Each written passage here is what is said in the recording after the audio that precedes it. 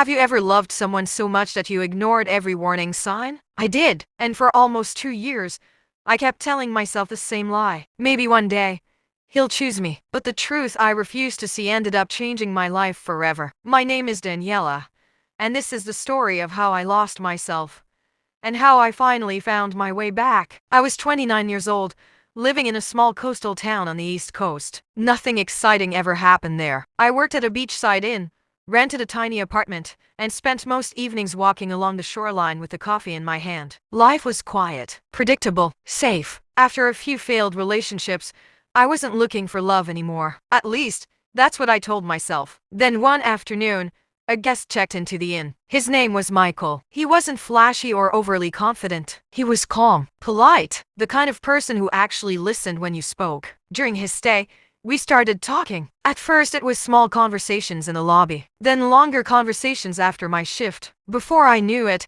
we were spending evenings walking near the water and talking about everything from childhood memories to future dreams. Being around him felt easy, comfortable, like I'd known him forever. When he left town, we kept texting every day, every night, and honestly, I missed him more than I wanted to admit. A month later, he came back. That's when everything changed. One evening, while we were having dinner together, his face suddenly became serious. He looked down and said words I'll never forget. "There's something I should have told you earlier." My stomach dropped. Then he said it. "I'm married." Just like that. Everything around me seemed to stop. Married, not separated, not divorced. Married. He told me his relationship was complicated. He said he stayed because of his children. He said he cared about me. A part of me wanted to walk away right then, but another part wanted to believe him. And unfortunately, that part won. So I stayed. Weeks became months. Months became more than a year. Our relationship existed in secret. No public dates, no social media photos, no holidays together, no future plans, just stolen moments whenever he came to town. At first,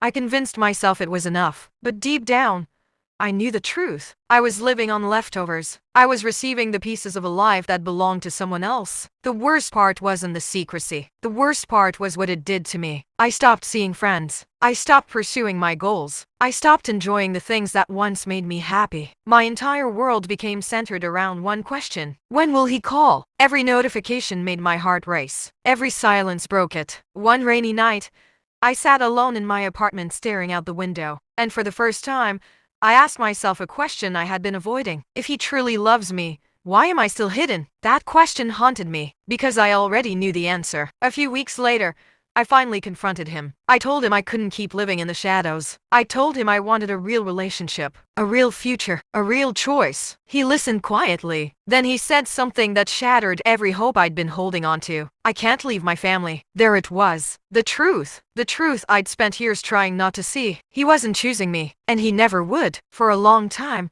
I sat there in silence. But something inside me changed. For the first time, I chose myself. I told him goodbye, and that was the end. The first few months were brutal. I cried. I doubted myself. I missed him. But little by little, life started returning. I reconnected with friends, started taking writing classes, spent more time outdoors, focused on becoming the person I'd forgotten. And then, when I wasn't looking for love anymore, I met someone new. His name was David.